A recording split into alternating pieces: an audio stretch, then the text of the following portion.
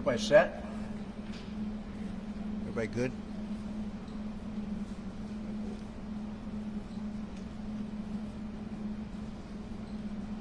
Governor Shapiro and I have been talking pretty much nonstop for the last several hours, and we've been getting briefings, and frankly are in a position where we had to weigh different risks with no great choices.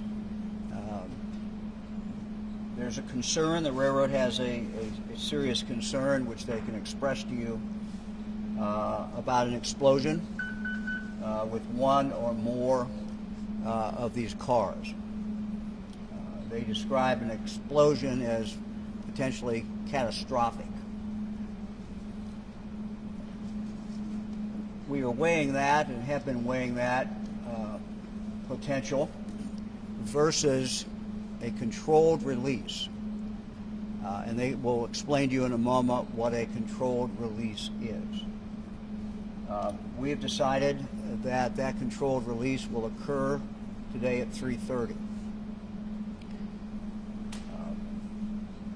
We're urging everyone in this area, actually ordering them to leave.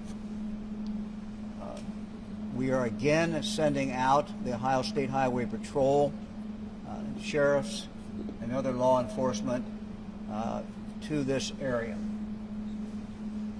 And they have already gone through there at least once. They were through this area last night, urging people to leave. The work, going back for a moment, the work that was done last night resulted in the bigger area of about close to 100 people actually deciding to leave after they were contacted last night. Let me read the statement that I think summarizes what is going on. Following new modeling information conducted this morning by the Ohio National Guard. And let me just add that we have been in consultation with the Defense Department. We've also been in consultation with the manufacturer of the product. So following new modeling information conducted this morning by the Ohio National Guard, Ohio Governor Mike DeWine and Pennsylvania Governor Josh Shapiro are ordering an immediate evacuation in a 1 mile by 2 mile area surrounding East Palestine, which includes both Ohio and Pennsylvania. If you'll look over here,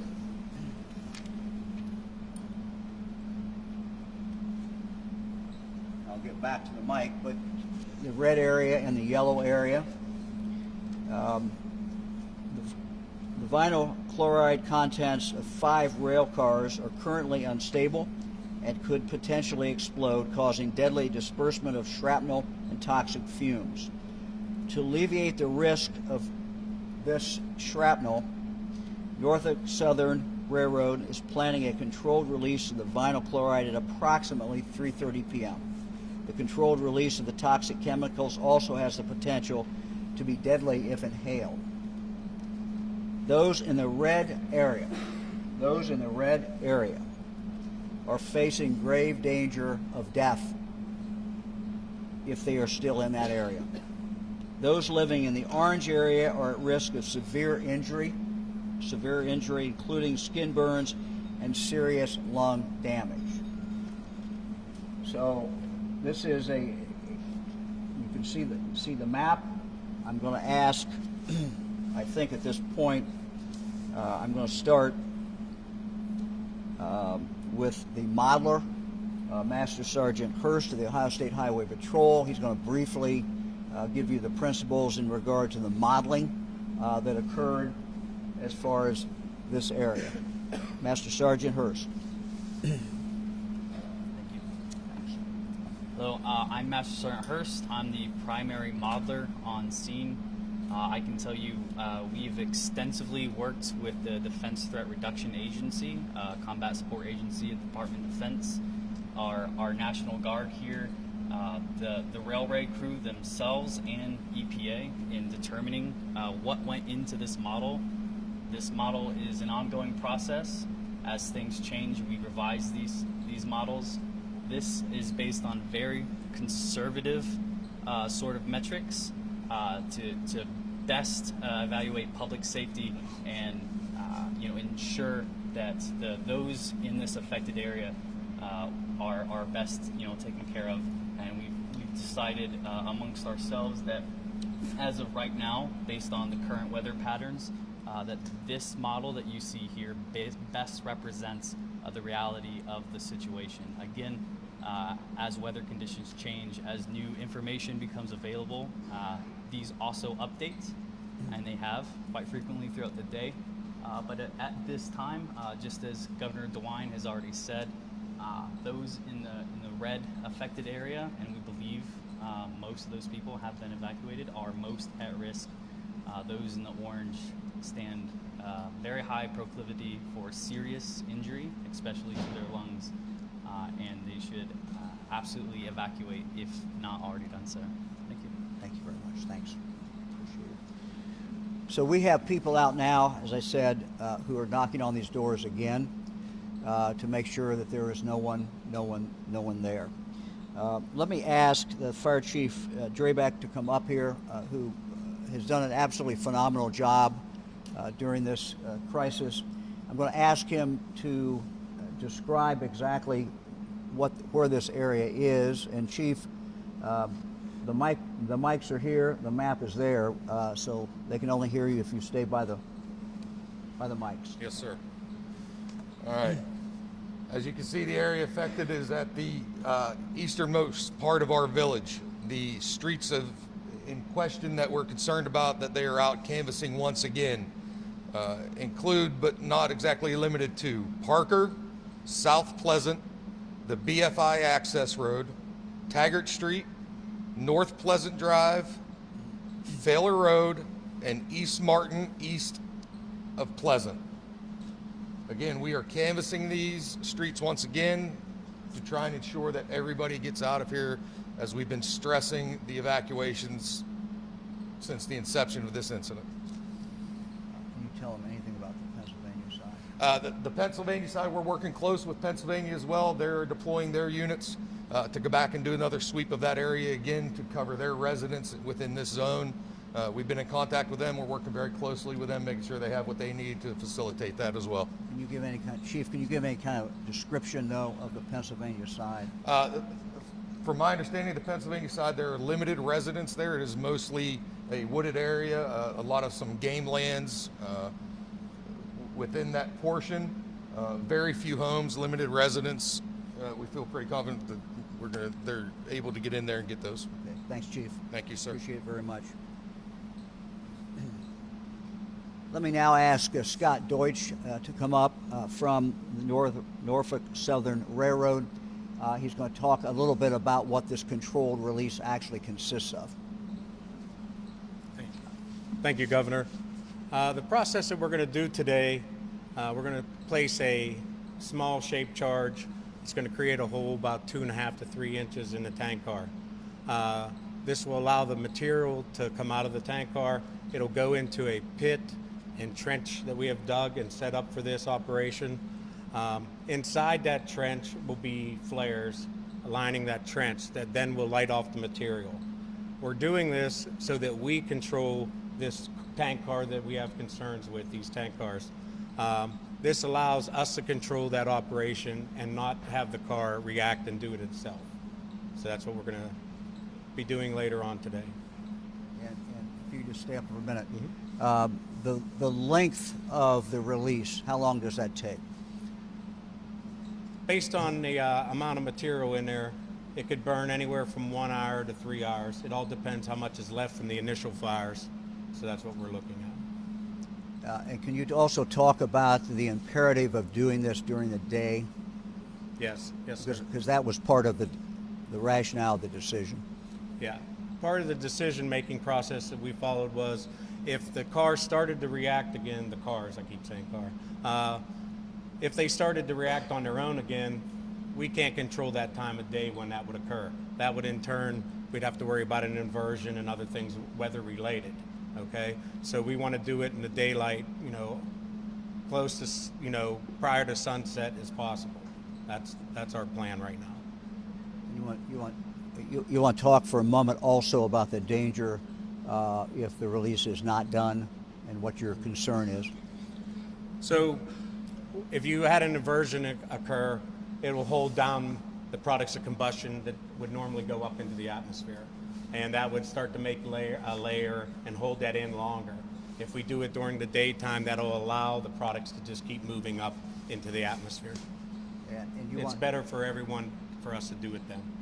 You want to talk for a moment in regard to if there is an explosion, if the release is not done, and if there's actually turns out to be an explosion, what that would consist of. Okay. So our controlled explosion, as I was telling you, we'll put a 2.5 3 inch hole in the car. If we don't do that, the car could continue to polymerize and the entire car will break apart. We can't control where that goes. So that's the reason for doing this, get moving on this, so we don't have to run into that, letting the car do it itself. We want to be able to control that situation. That's the safest way, is to control the situation, and that's with this operation we're going to take this afternoon. Okay. Thank you. Thanks. Thank you, Appreciate sir. it very much. Okay, more than happy to take questions. We have our experts up here, and we'll start right there. Governor, do we know where this train originated and if it went through Akron, Canton, Cleveland, any of the major cities Yeah, here in Ohio? that'd be a question for the railroad if anybody knows. I don't know. That's I'm not sure right now. he doesn't have that information, but that information is clearly available. So. Thank you, Governor. I guess this would also be for the Norfolk Southern gentleman, twofold. This is in effect a controlled burn, essentially, that you're going to let the material out and then burn it so it doesn't do it itself, correct? Correct. If you could come back. Correct, sir. The other question we had, we've seen doorbell camera video prior to the explosion Friday night that showed one of the axles, at least on one of the trucks of those tankers, seemingly on fire. Did the train pass over any warning mechanisms that would have allowed the engineers to know we have a problem further behind us? I personally cannot comment on that because the NTSB has that investigation. They're controlling all that information. What are the long-term effects of this explosion and just the derailment in general? There's residents that are concerned about losing dead fish and worried about their water wells and aquifers now and in the future. So what do you have to tell concerned residents and what precautions you have to take? Yeah, let me ask James Justice to come up with the U.S. EPA. He'll talk for a moment about the air issue, air quality issue, and I believe we also have someone here who can, from the EPA. You want to come on up and talk about the water, James? Thank you, Governor. Thank you. I'll speak briefly about the air monitoring, and then my partner, colleague from Ohio EPA will speak more to your question about water quality. We've been working in conjunction with each other throughout the incident to support the incident commander of the fire department, and also in conjunction with consultants from Norfolk Southern.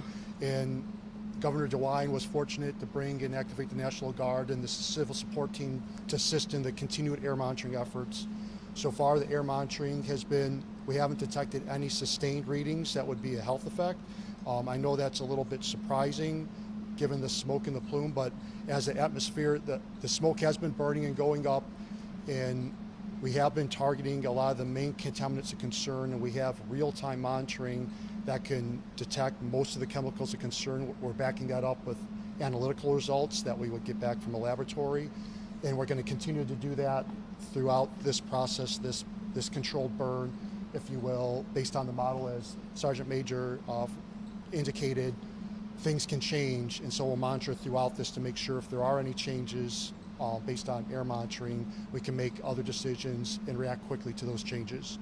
And I'll defer. Let me ask you a question, Yes, though. As people look at this modeling, and maybe somebody else can answer this as well, But if weather does change, let's say weather changes during the process of this release, is there another zone out there that people should be concerned about?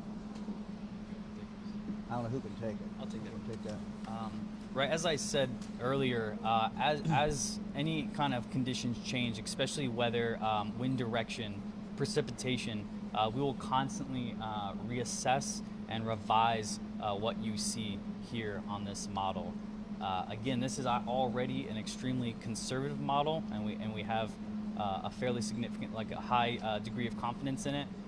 But to answer your question, Governor, any new information that we get, and we're working closely with Defense Threat Reduction Agency and the EPA, we will continue to revise. I noticed that on this, we have another line out here. You want to talk about that? Roger. The black line that you see is what we call the area of concern, which is typically no more than a shelter in place or an absolute worst case estimate of potential. That is, in effect, your buffer zone, your wiggle room of what this model dictates, given the many variables that go into it. Yes. Yes, even with this, you say it's a conservative estimate, but even with this controlled burn and this controlled release, can you explain a little bit more about exactly what toxins will be released in the air? And also, how soon after you started will you know that this operation has been successful? So specifically, the tanks we're concerned with right now are filled with vinyl chloride. The burning of those is going to create two byproducts that we're primarily concerned with. One is phosgene, and the other would be hydrogen chloride. There should be an extremely small amount of phosgene actually produced. And again, we've been working closely with the toxicologists and EPA to confirm that our math is right. Anytime something changes, we reassess and revise. But those are the two primary chemicals of concern right now. And again, how soon after you start the operation do you think you'll know if it's worked or not? That's a different question. I'll let you take that. That'll all be determined by the fire, the amount of material flowing through the trenches to the fire. Once the material ceases to come out of the car, then we would know that we've completed the operation. So it's let me add something. So and you can correct me now on this. But according to Norfolk Southern, they believe that you potentially have two cars that are completely full. You have three other cars that are half or less, I think is how Yes. your team, is that correct? Yes. So that went into the calculation as well. I do want to get the water in here though, because we had a question about air and water. Thank you, Governor. Thanks. Appreciate it. Kurt Kohler with the Ohio EPA's Office of Emergency Response. Kind of following up with the information from yesterday, we knew at the onset of this incident there was impact to Sulphur Creek and waters of the state of Ohio. Since that point in time, we have been able to successfully control that runoff and contain the water and either treat it in place along with a robust sampling program for the water quality and we continue to expand that, and that will continue throughout this operation. As those results are coming in, we are having experts in the field look at that and evaluate that and give us feedback. The impact of the fish, yes, there was a impact to those. However, the levels as we have seen it are protective to groundwater. We are aware there are some wells along that for residential wells. We are awaiting those results and looking at those well logs and help those citizens evaluate issues on that. As far as the city's well field, to date, that is still protected. There is nothing to indicate a threat to the well field. Long-term plans, as the cleanup and recovery of the rail goes, we'll coincide with the company, Norfolk Southern, and their consultants to do a proper and thorough evaluation of the nature and extent of contamination that remains. That could then be evaluated for the long-term options for cleanup to ensure that we don't have a leaching effect in the groundwater that would pose a long-term threat. Let me ask you a question. If I live where I have my own well, at this point. Would you recommend people drink the water, or what do we know? Because those have not been tested. Groundwater wells are designed to not take in, we don't have surface water intakes, nor are your wells at your home. So by design, they're protected away from the surface water or any material that would be deposited in the train rail accident. The groundwater, yes, they have a capture zone, either in the large well fields for the city or your small one. There is a delay. These are years in times of travel. Again, this is something we will look at. How deep is the contamination? It'll be not just horizontal, but depth, so that we can make sound decisions based on the information gathered during the investigation. I will add, there was an options for the smoke of knockdown with water. That was ruled against because then we would be delivering additional contamination into an area that could have greater risk. In this case, the dilution airborne is a better choice. Governor Marianne, can you go over again where the area is that people are supposed to evacuate and where they're supposed to shelter in place? Because that looks a little bigger than what they used to. Yeah. Yeah, again, I mean, the new information, of course, is what we have given you. I think what should get everyone's attention is the description of, if you're in the red area or if you're in the yellow area, what the threat is. And so that is it's a very, very serious thing. So I'm going to ask the chief to come back up then and try to answer your question. So sorry, Governor. The majority of this in the red and the back side of the yellow is still well within that 1 mile radius that we established at the beginning of this. Where this changed was when we looked at those plume model, or the models that they generated based on this controlled release. At that point, that's where we had that extension because of the wind and the weather going into Beaver County, Pennsylvania. And we've been working in conjunction with them from the onset of this incident. They have been well aware throughout the entire thing. And the minute that we had these models, they were here, we already had things in place and started that process moving. Okay. Do you know how many people approximately are left in this yellow area versus the red estimate? Yeah. 20 households in Pennsnsylvania. And the numbers that are given to me as we did this was a total, basically a total of potentially 30 people. When can people return back to their homes? I don't think we know that yet. Governor, can you, just to clarify, you said that there are 2 vinyl chloride is the concern, and there are 2 cars filled with it, and another 3 that are half filled with it. How much material are we talking about in terms of gallons or pounds? Right. Let me see if you do the somebody here's got the capacity. Anybody from the just give me your name. My name's Lieutenant Farmer with the 52nd CST. So a full tank car had approximately 177,000 pounds. Got that? Nobody knows. If anybody wants to give any information, but we don't know that. So it's not going to be immediate. It's not going to be quickly. How are you going to get them out of their houses by 3:30, especially if they say that they don't want to leave? We have no knowledge that anybody's left, but we did not want to take any chances. And as I said,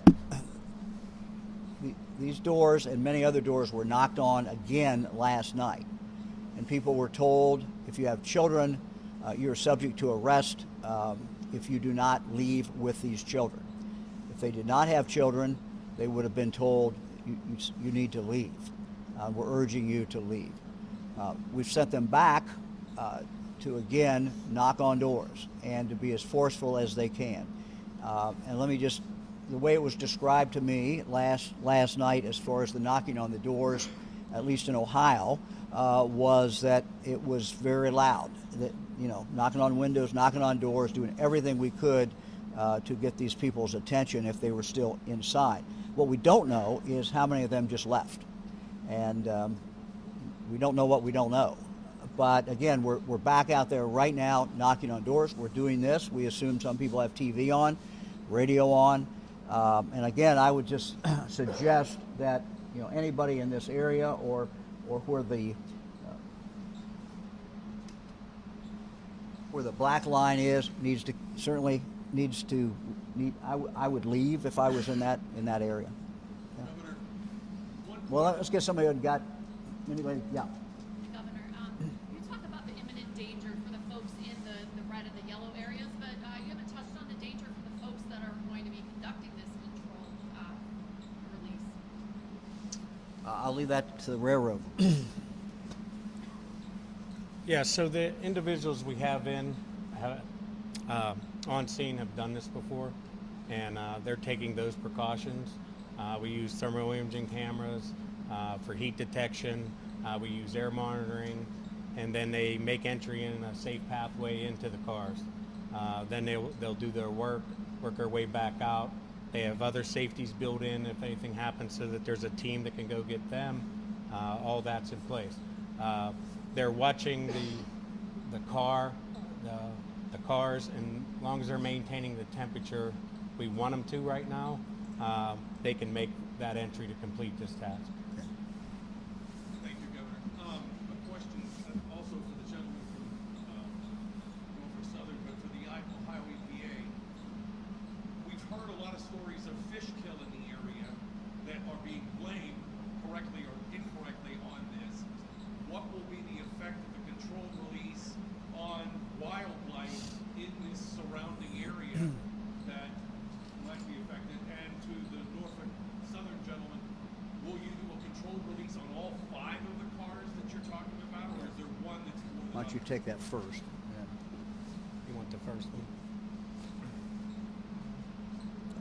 Again, the missions of the EPAs are to protect public health and the environment. We are aware that wildlife may be in the area, and I don't know if there's methods. We do have the Ohio Department of Natural Resources who could probably reach out to the Pennsylvania Game Commission that there might be ways that we could reduce or eliminate animals that might be in that area.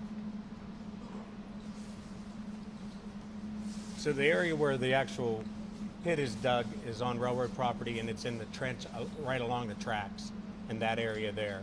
So the material will flow into there. The fire will be generally just in that area. So all 5 cars will have to be Yes, those? yes. Well, let me stop a minute. I want to get a little bit into Pennsylvania and Beaver County. You want to go first? Thank you. Good afternoon. My name is Commissioner Daniel Camp, Beaver County Commissioner, along with Commissioner Tony Amadeo and Director Eric Brewer. On Pennsylvania's side, we are working with our EMC in Darlington Township, where you see the yellow and red model, which will cover the only township in Beaver County. That township has been evacuated. As the governor said earlier, we have 20 households in that area. We are working with the EMC coordinator, our local police department, to revisit those houses to urge all residents in Beaver County. That will be 3 roads: East Palestine Road, Taggart Road, and the top port of North State Line. So we are urging our residents to leave as soon as possible, and we will continue to work with Columbiana County EMA in the state of Ohio to get these people back into their house as soon as possible. Anything like you said? No, again, just to reiterate, in Beaver County, we're still into the 1 mile recommended evacuation zone. Most of those residents were out last night, so there's not a big change for us. We're just going back. The local and state police are going door to door to reinforce that recommended evacuation. Who else?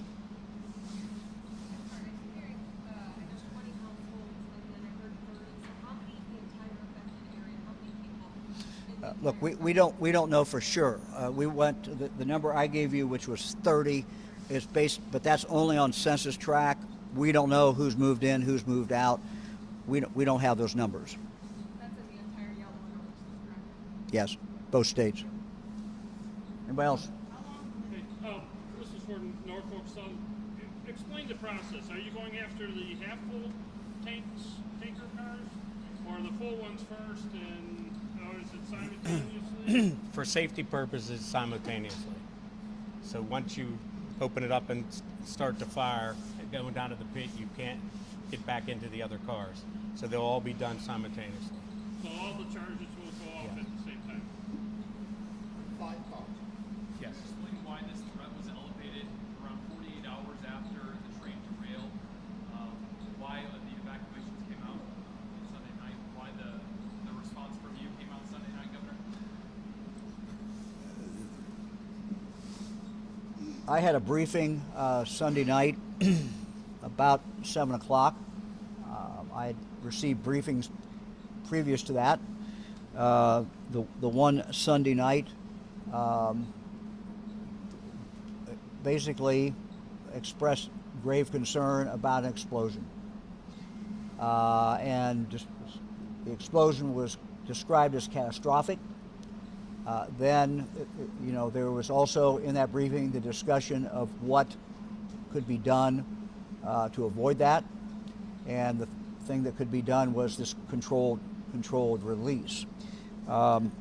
They had, the railroad had information Sunday night of one particular car that the temperature was rising.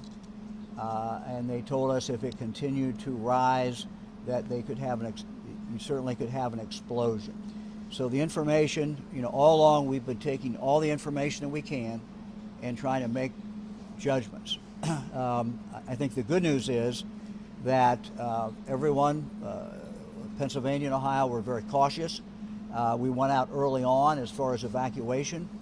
I can't say enough for the fire chief here, who's done, I think, a good job. The mayor, I think the local officials have done a phenomenal job, and they started this process of getting people to evacuate. We were concerned, candidly, that we had at least, out of the initial zone area, we had over 500 people that were still, as far as we could tell, still there. I sent them back out last night. I activated the Ohio National Guard to come in, and to do traffic and sealing off areas. The Highway Patrol participated in going door to door, and we believe that close to 100 people left because of that going door to door. So it's been we've been cautious all the way through, but the new information last night, upped it, our concern, and certainly my concern, a great deal. Were those people in those zones, and are there 400 people still remaining in those zones? Bigger zone, is my understanding. Bigger zone. So we were, again, cautious there. Chief, is that correct? I'm sorry, I didn't hear the question. Well, it was my statement that the initial area that you sent people door to door and that we tried to clear out. Correct. Bigger than this. Yes. So we have already, everything in here in the state of Ohio, we have already hit. Everything inside of this model fell inside of our initial evacuation zone that we had went door to door with the help of the Sheriff's Department, the Ohio State Patrol, and several other entities. We did not have to extend anything based on this model. We are just going back to revisit so that we can urge anybody, if they're still there, the necessity to get out because of the volatility of this. We just want them to be safe. That's all we want. That's all I've wanted from the start of this. And then the new information should up everyone's sense of urgency and their sense of danger. When you listen to the description, if you're in that red zone, you're likely of very possible death, and if you're in the yellow zone, certainly severe long-term injuries. So this is a more specific information, which we hope, if anyone is still left in those zones, they will take that information and decide that they need to leave. So how long after these chemicals get into the air will it take for them to dissipate? Anybody know how long it takes to dissipate? I don't think we know. I don't think we know, and that's what the air you know, the air monitoring will continue. They've come in, EPA's come in very early and started the monitoring, and they're going to continue to do that. And so that information will be disseminated to you and the news media so that that can get out to the public. And there will certainly be an announcement at what point, you know, the air within that area is safe and people could come back. Will we see Anybody else? huge flames like we saw initially? Will there be huge flames with smoke, bloom, and such? Yes, you will. Similar to what you saw earlier when the cars were venting. All right, anybody else? Let me just close by again urging everyone in Pennsylvania and Ohio who's in this area, you know, you need to leave. You just need to leave. We're ordering you to leave. This is a matter of life and death. What's different now is we know that something is going to happen around 3:30. This controlled release will actually take place, and you are in imminent danger. You're in need to leave immediately. And to state the obvious, all of you need to leave as well, and I need to leave as well too. So, anything else? Is there any concern about the air quality in the immediate area right outside of the radius, when blowing any of those? You guys talk about it being controlled. How is that? How are you controlling that air? Right outside the edge. I think she's talking about at the edge of the zone. Anybody want to take that? Outside of the block. We have taken some preliminary air samples, and outside of that is, as of right now, negligible. Again, like I've continued to say, the National Guard is working very closely with DTRA, EPA, and the railway. And as new information becomes available, as new readings become available, we update this. But at this time, the readings that we have now that go into making this model indicates that outside of that black line, the area of concern is relatively safe. That doesn't mean that you should try to go as close as you can to that black line. No, this isn't a spectacle to watch in a lawn chair. You should be very cautious in this area, if at all possible. The fire chief has one more announcement. Chief.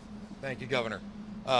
In order to provide an extra layer of safety, working again in conjunction with Norfolk Southern, we have called Ohio Edison in. We are going to shut down the power in that area.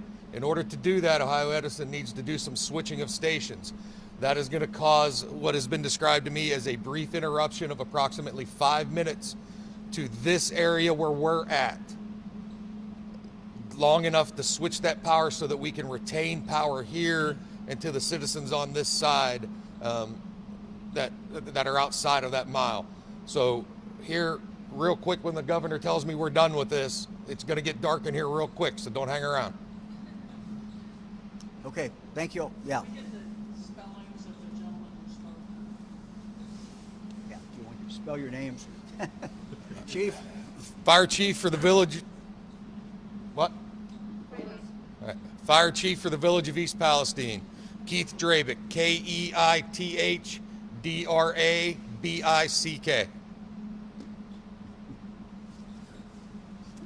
Master Sergeant David Hurst, DAVIDHURST, part of the 52nd Civil Support Team, Ohio National Guard. Scott Deutsch, Norfolk Southern, DEUTSCH.